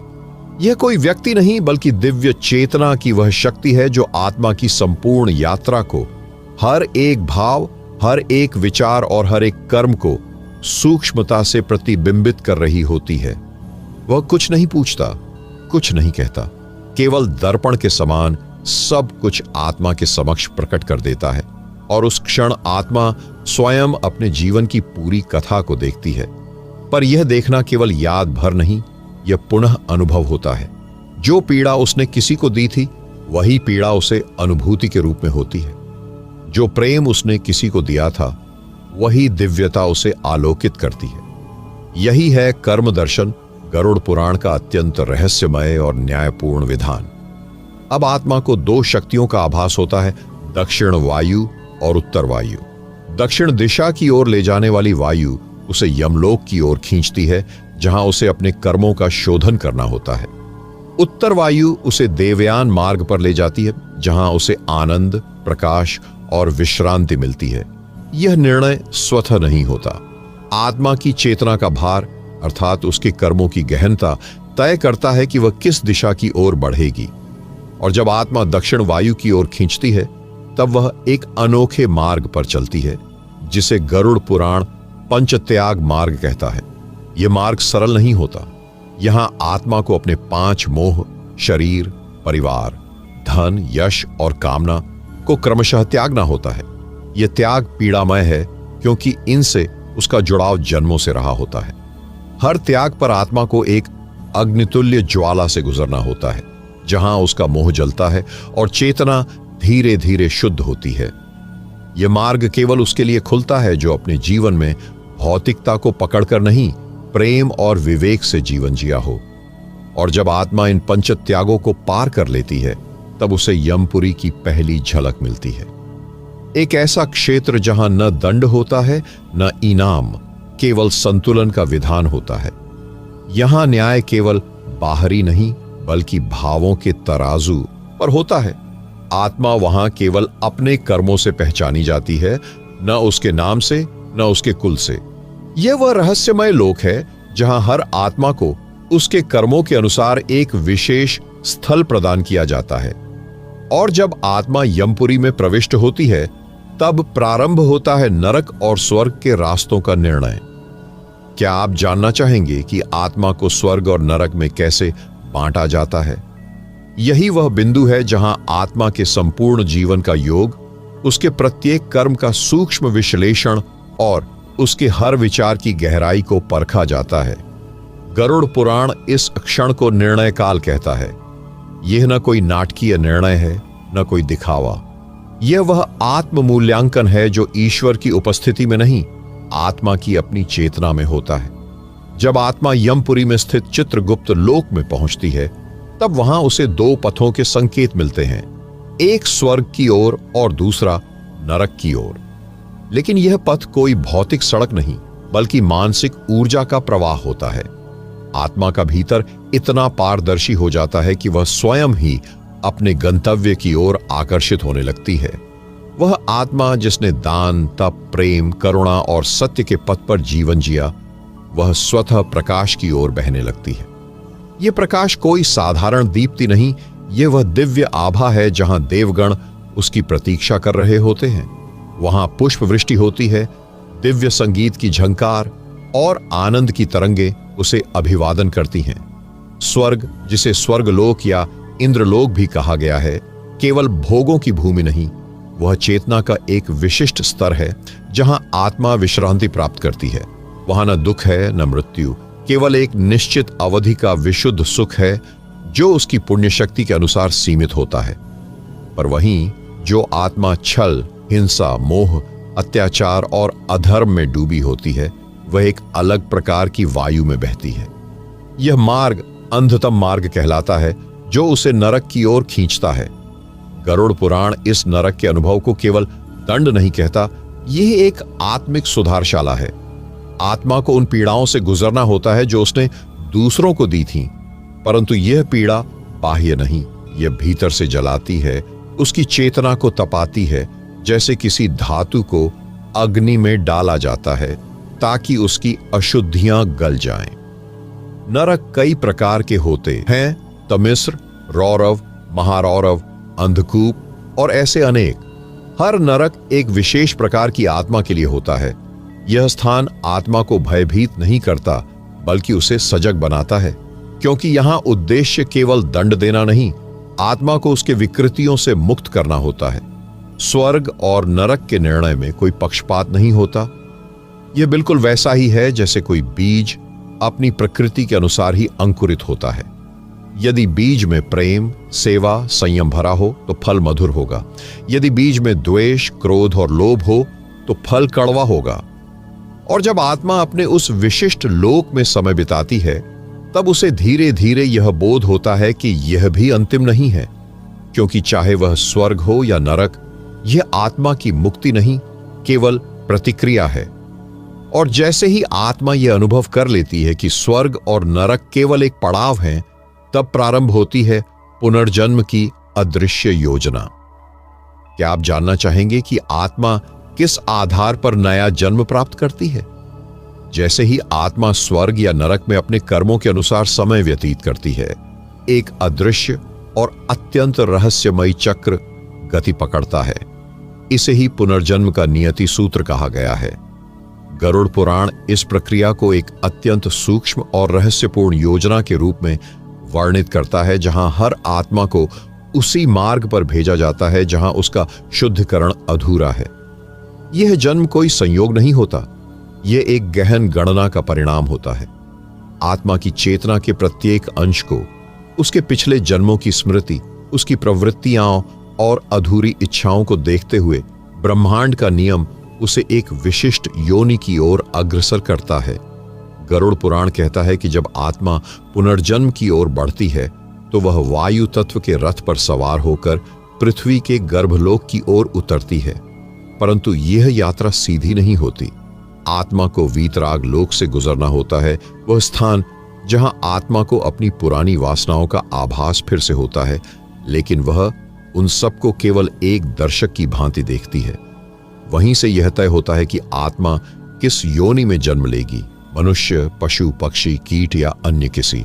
और यहां निर्णय का मापदंड होता है उसका भाव संस्कार, अर्थात उसके भावों की गहराई और उसकी इच्छा की तीव्रता। यदि आत्मा ने अपने पूर्व जीवन में गहन भक्ति, सेवा, सत्य और आत्मबोध को अर्जित किया है, तो उसे पुनः मनुष्य योनि प्राप्त होती है, और वह भी ऐसी स्थिति में जहां उसे अपने आध्यात्मिक उन्नयन का अवसर मिल सके। पर यदि आत्मा ने अपने जीवन में अंधकार, हिंसा, वासना या लोभ को चुना, तो वह उन योनियों की ओर जाती है जहां उसे अपने कर्मों का परिणाम प्राकृतिक रूप से भोगना पड़ता है। यह पशु योनि हो सकती है, कीट या वृक्ष तक की अवस्था। और जब आत्मा गर्भ में प्रवेश करती है, तो उसका चेतन स्तर पूरी तरह दबा दिया जाता है। यही कारण है कि मनुष्य अपने पूर्व जन्म की स्मृति को भूल जाता है, परंतु उसके संस्कार, उसकी प्रवृत्तियां और स्वभाव छिपे नहीं रहते। वे जन्म के साथ ही साथ चलते हैं। इस गर्भावस्था के 9 मास आत्मा के लिए केवल शारीरिक विकास की प्रक्रिया नहीं होती, यह एक आत्मिक समायोजन होता है। गर्भ में वह अपने नए जीवन की भूमिका के लिए संकल्प और तैयारी करती है। वहां उसे फिर से एक भूलोक की यात्रा पर भेजा जाता है, परंतु इस बार कुछ न जानकर, सब भूलकर। जैसे ही जन्म का क्षण आता है, आत्मा एक तीव्र कंपन से गुजरती है। उसका शरीर बाहर आता है, लेकिन उसकी चेतना गहन निद्रा में चली जाती है। यही कारण है कि बच्चा रोता है। वह शरीर में आने की पीड़ा से, उस दिव्य आलोक से, पृथ्वी के अंधकार में आने की पीड़ा से कराह उठता है, और इस तरह एक आत्मा फिर से चक्र में प्रवेश करती है। यह संसार का वही पुरातन मायाजाल है, जहां आत्मा को यह बोध कराना होता है कि यह जन्म केवल भोग के लिए नहीं, बल्कि मोक्ष की यात्रा के लिए है। और जब आत्मा अपने नवीन जीवन की ओर कदम बढ़ाती है, तभी प्रारंभ होता है उसका पूर्व जन्म के कर्मों से बंधा प्रारब्ध। क्या आप जानना चाहेंगे कि यह प्रारब्ध कैसे जीवन को गढ़ता है? यह प्रश्न जितना सरल प्रतीत होता है, उसकी गहराई उतनी ही रहस्यपूर्ण और अज्ञेय है। प्रारब्ध वह अदृश्य धागा है जो आत्मा के पुनर्जन्म को बांधता है, जैसे कोई पुराना आण जिसे चुकाना अनिवार्य हो। गरुड़ पुराण कहता है कि आत्मा जब धरती पर पुनः जन्म लेती है, तब उसका जीवन कोई नया अध्याय नहीं बल्कि पूर्व जन्म के कर्मों की अगली कड़ी होता है। यह प्रारब्ध ही है जो तय करता है कि किसी का जन्म किस कुल में होगा, कौन उसके माता पिता होंगे, वह किस स्थान पर जन्म लेगा, किस समय पर उसका प्रवेश इस संसार में होगा। यह सब कुछ पहले से निर्धारित होता है। यह भाग्य नहीं बल्कि आत्मा के द्वारा अर्जित कर्मों का फल है जो एक विशेष समय पर प्रस्फुटित होता है। गरुड़ पुराण के अनुसार प्रारब्ध 3 प्रकार के होते हैं: दृढ़, अदृढ़ और दृढ़ादृढ़। दृढ़ प्रारब्ध को कोई भी शक्ति बदल नहीं सकती। ये वे घटनाएं होती हैं जो निश्चित हैं, जैसे मृत्यु, जन्म स्थान या कुछ प्रमुख कष्ट या सौभाग्य। अदृढ़ प्रारब्ध को तप, भक्ति, सेवा और आत्मज्ञान से परिवर्तित किया जा सकता है। और दृढ़ प्रारब्ध वे होते हैं जो सीमित प्रयासों से कुछ सीमा तक परिवर्तित किए जा सकते हैं। मानव का जीवन एक रंगमंच बन जाता है जहां आत्मा उस भूमिका को निभाती है जो उसके प्रारब्ध ने उसके लिए रची है। लेकिन यह भी उतना ही सत्य है कि इस रंगमंच पर अभिनय करते करते वह आत्मा विकल्पों के द्वार से भी गुजरती है। यही विकल्प उसे नए कर्म करने का अवसर देते हैं, जिसे क्रियमाण कर्म कहा गया है। यह क्रियमाण कर्म ही आगे जाकर उसका अगला प्रारब्ध बनता है। यानी जीवन न तो पूर्णता बंधन है, न पूर्णता स्वतंत्रता। यह एक जटिल समायोजन है जहां आत्मा को पुराने कर्म भुगतते हुए नए कर्म भी रचने का अवसर मिलता है। एक और गूढ़ बात गरुड़ पुराण में यह कही गई है कि आत्मा का प्रारब्ध उसके साथ ही नहीं चलता बल्कि उसके आसपास के लोगों को भी प्रभावित करता है। यही कारण है कि हम कभी कभी ऐसे संबंधों में बंध जाते हैं जिनसे मुक्ति कठिन होती है।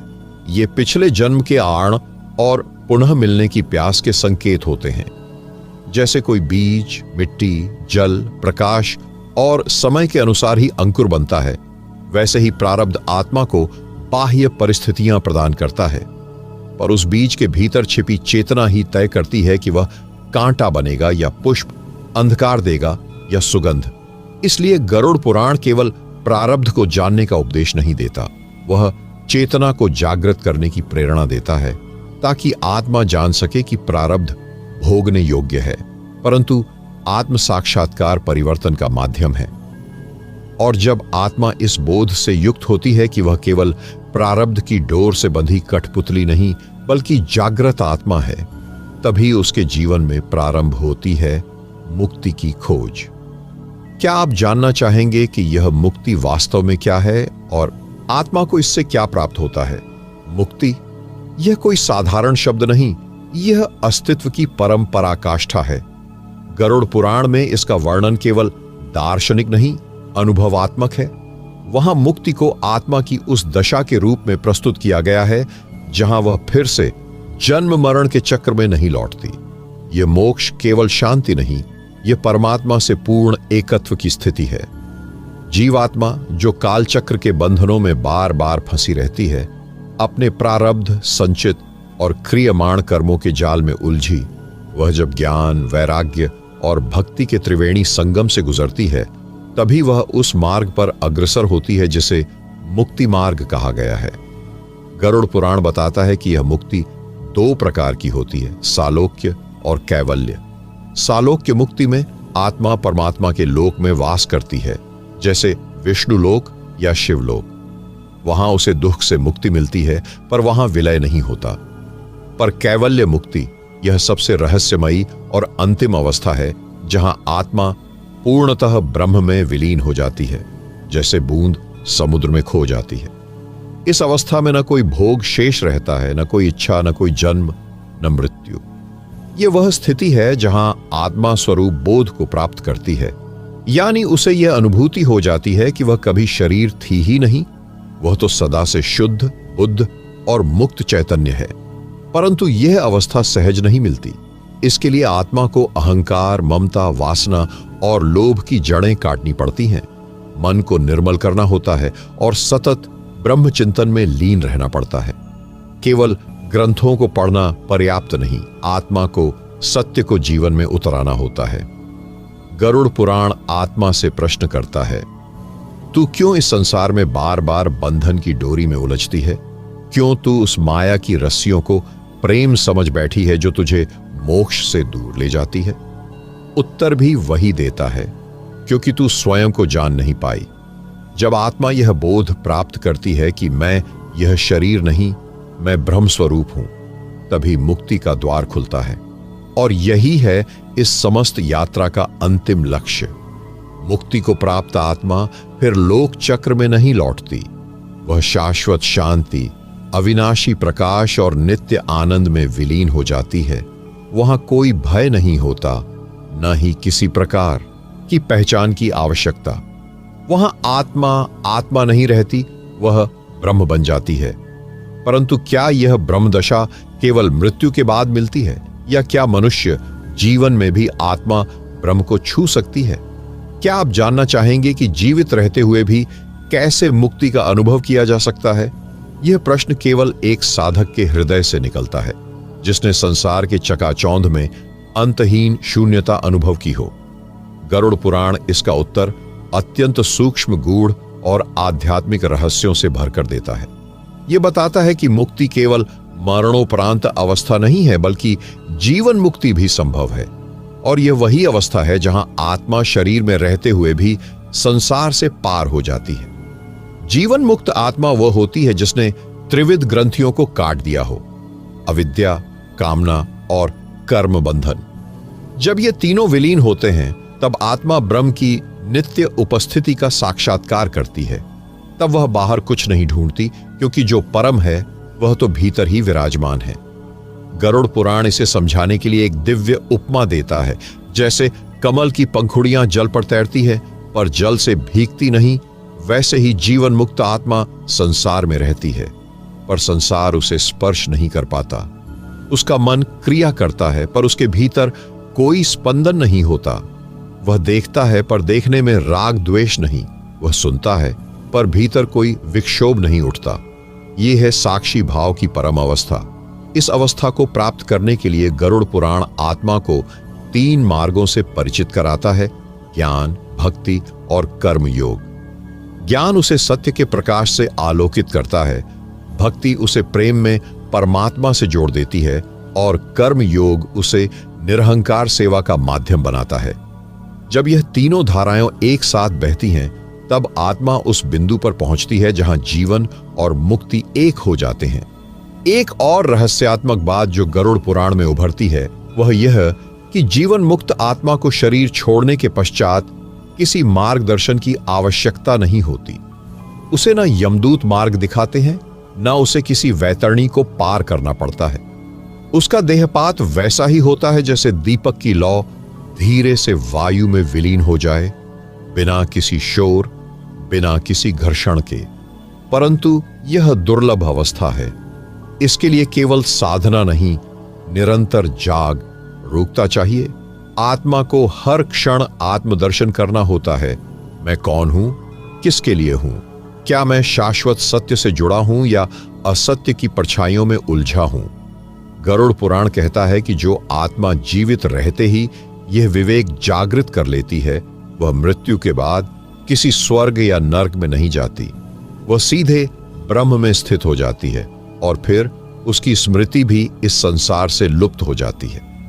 लेकिन गरुड़ पुराण यह भी संकेत देता है कि मृत्यु के उपरांत जो आत्मा मुक्ति की ओर नहीं जाती, वह किन मार्गों से होकर गुजरती है। क्या आप जानना चाहेंगे कि मृत्यु के बाद आत्मा के सामने कौन से मार्ग प्रकट होते हैं? जैसे ही देह का अंतिम प्राण निकलता है, आत्मा एक ऐसे अनदेखे द्वार के सम्मुख पहुंच जाती है जहां से उसका अगला पथ निर्धारित होता है। गरुड़ पुराण इस रहस्यमयी समय को मरण काल का संधिकाल कहता है। यह कुछ ही क्षणों का होता है, लेकिन आत्मा के लिए यही समय तय करता है कि वह किस दिशा में जाएगी: ऊर्ध्वगति, अधोगति या स्थगित गति। जब आत्मा शरीर से बाहर निकलती है तो उसे सबसे पहले उसकी ही स्मृतियों के रूप में चित्त की परछाइयां घेरे लेती हैं। हर विचार, हर कर्म, हर भावना अप्रत्यक्ष चलचित्र की तरह आत्मा के सामने प्रस्तुत होती है। इसे अंतःदर्शन कहा गया है। यहां कोई झूठ नहीं चल सकता, कोई बहाना नहीं बन सकता, केवल सत्य की नग्न उपस्थिति होती है। इस दर्शन के आधार पर आत्मा 3 प्रमुख मार्गों में से किसी एक पर चलती है: पहला है अर्चिर मार्ग। यह उन आत्माओं के लिए होता है जिन्होंने सत्य, तप, त्याग और ब्रह्मचिंतन से जीवन जिया। ये आत्माएं सूर्य की अग्निवाणी से ऊपर की ओर जाती है, पितृलोक, स्वर्गलोक और अंततः ब्रह्मलोक तक। दूसरा है धूम मार्ग। यह उन आत्माओं का होता है जिनका जीवन धर्म और अधर्म के बीच झूलता रहा। इन्हें पुनर्जन्म का चक्र दोबारा स्वीकार करना पड़ता है और ये आत्माएं फिर किसी योग्य शरीर में जन्म लेती है जीवन की शेष परीक्षा के लिए। तीसरा और सबसे भयावह मार्ग है अधोमार्ग, जो उन आत्माओं के लिए है जिन्होंने पाप, छल, हिंसा, लालच और अधर्म को जीवन का आधार बनाया। इनके लिए यमदूत उपस्थित होते हैं, तेजस्वी, भयावह और नियम के अधिष्ठाता। आत्मा को उनके द्वारा एक विशेष मार्ग से ले जाया जाता है जिसे 100 योजनों लंबा, कांटों और तपते अंगारों से भरा रास्ता बताया गया है। गरुड़ पुराण विस्तार से कहता है कि यह मार्ग कोई काल्पनिक गलियारा नहीं, बल्कि आत्मा की चेतना में स्थित एक ऐसी सूक्ष्म ऊर्जा रेखा है जिसमें उसका समस्त जीवन बोध संग्रहित रहता है। आत्मा वहां चलते हुए हर उस पीड़ा का अनुभव करती है जो उसने दूसरों को दी थी, और हर वह करुणा भी जो उसने किसी को दी होती तो जीवन बदल जाता। इस मार्ग में आत्मा के साथ कोई संबंध, कोई धन, कोई यश नहीं होता। वहां केवल कर्म होते हैं, साक्षी रूप में, न्याय रूप में, और आत्मा उन्हें झेलती नहीं बल्कि जीती है। लेकिन यह सब तय होता है उसी एक प्रश्न पर, तेरा जीवन किस भावना से संचालित था।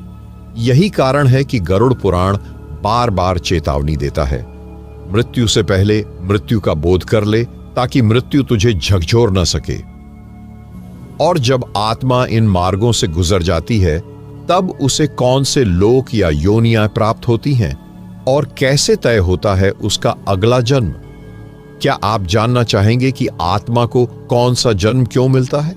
जब आत्मा अपने कर्मों के अनुसार मार्गों को पार कर लेती है तब उसका अगला पड़ाव तय होता है। यह पड़ाव कोई सामान्य पुनर्जन्म नहीं, बल्कि उसकी चेतना की अवस्था, कर्मों की गहराई और संचित वासनाओं के अनुसार होता है। गरुड़ पुराण कहता है, आत्मा का अगला जन्म केवल कर्म से नहीं, भाव से तय होता है।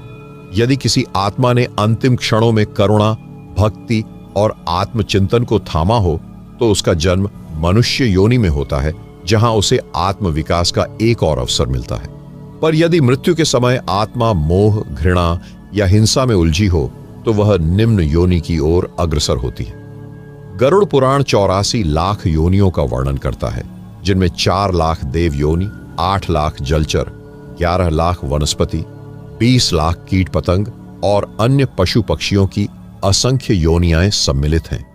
यह सब प्रतीक हैं। आत्मा की चेतना यदि आलसी है तो जड़त्व की ओर, यदि हिंसक है तो रौद्र योनि की ओर, यदि वासनात्मक है तो भोगमयी योनियों की ओर। वह जन्म जिसमें आत्मा को जागरण का द्वार मिलता है वही है मानव जन्म। इसे पाकर भी यदि आत्मा केवल भोग, अहंकार और संग्रह में उलझ जाए तो वह अपना सबसे बड़ा अवसर खो देती है।